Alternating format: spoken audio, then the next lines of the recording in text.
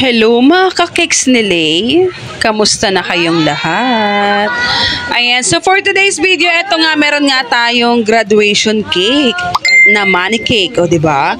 So ang sabi nito ni Miss Jonaline, birthday daw ba? Abay, hindi lang po birthday ang cake. Ayan. So pakita ko nga lang po sa inyo kung paano nga natin ito ginawa. Ayan. So shout out nga pala kay Sisi na umorder nito at nagtiwala sa cakes ni Lay at iba pa. Maraming salamat sa iyo sis sa tiwala.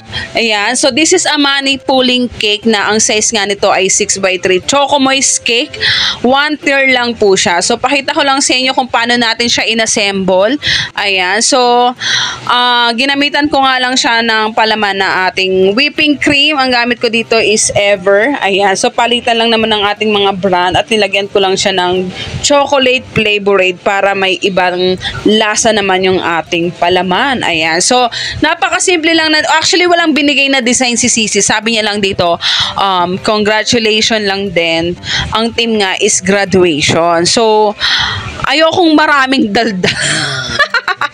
Gusto ko namnamin nyo kung paano ko siya ginawa or inassemble. So, ikakat ko muna yung aking voice over. At sa dulo, ipakita ko sa inyo yung happiness ni Miss Jonaline. Diba? Ikaw ba naman makatanggap ng money cake? O diba? So, wag na maraming daldal. Enjoy watching!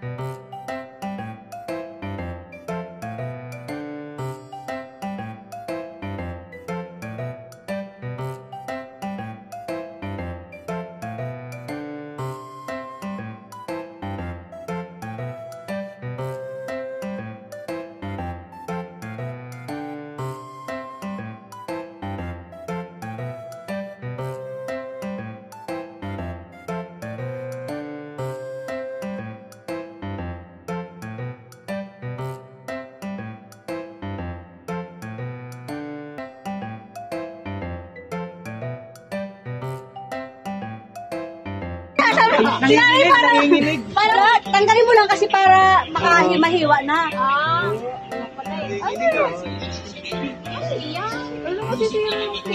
Wow! Kuya Alice. Kuya Jowa. Wow, daming pang Shopee. Wala nang abono Wala na sa birthday yan na yun.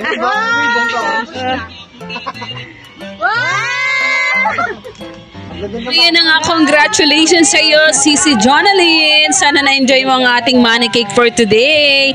Maraming salamat po sa lahat na nagtitiwala sa Cakes ni Lay at iba pa. God bless everyone. Subscribe and follow na rin po sa aking page at pa-share na rin ng video. God bless everyone. Bye-bye.